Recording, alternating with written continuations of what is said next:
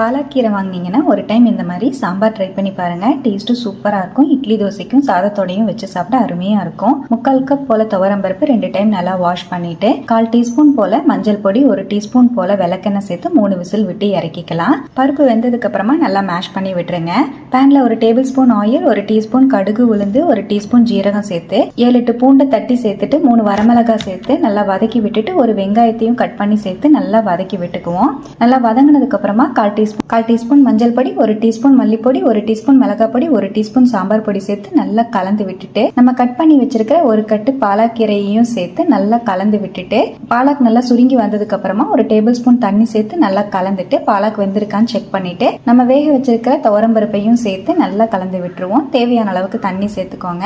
1/4 cup போல புளியையும் சேர்த்து ஒரு 1/2 டீஸ்பூன் அளவுக்கு உப்பு சேர்த்து நல்லா கலந்துட்டு புளியோட பச்சை வாசம் போற மாதிரி நல்லா கொதிக்க விட்டு இறக்குனீங்கன்னா டேஸ்டியான பாலாக்கீரை சாம்பார் ரெடி.